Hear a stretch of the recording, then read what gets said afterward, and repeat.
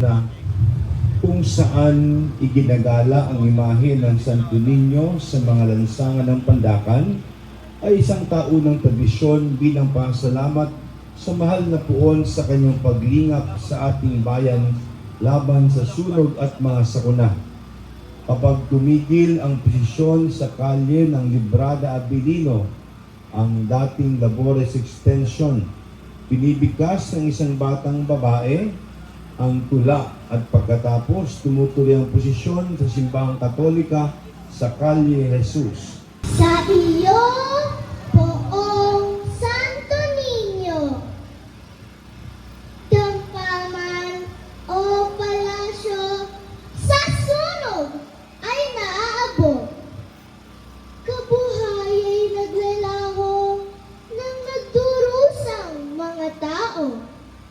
Sa sandaling magsimula ang ningas na bahagya. Mahirap ng masawata, nag-aalap niyang diwa. Kakilabot masdan, tao'y nagtatakbuhan, walang malang panoonan upang apoy ay layuan. Lubhang makapangyarihan, sunog na gumagapang, pilit na pinagsisikapang mapigil at mapatay. Ngunit dito sa Pandakan, mga tao'y nananangan sa lalong makapangyarihan kaysa apoy na tampalasan. Mayroon tayong Santo Niño na laging sumasama saklolo sa tumatawag na deboto at napaaawang totoo. Mga sakuna sa bayan, sunog at madapang bagay kapag siya ang humadlang, natitimawa ang tanan. Taimtim ang panalangin sa buong kaibig-ibig. Hinaharap ang panganib na walang sikdo sa dibdib. Panata nitong bayan, ginaganap ng taunan. Igala sa mga daan, itong larawan mong tunay.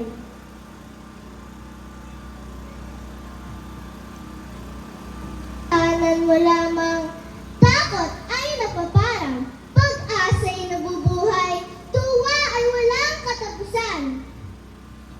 Kaya't Jesus, buong mahal, muli mong pakinggan.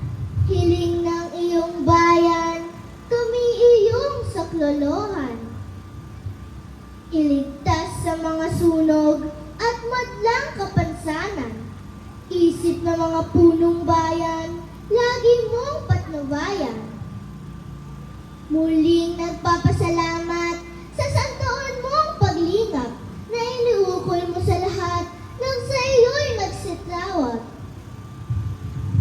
Puno ng pagmamahal, puso'y naming iniaalay upang ika'y paglingkuran habang kami nabubuhay. Pagpuri namin sa iyo, pakinggan mong tanto, hiyaw ng aming puso, mabuhay ka, Santo Niño! Mabuhay! Mabuhay! Mabuhay!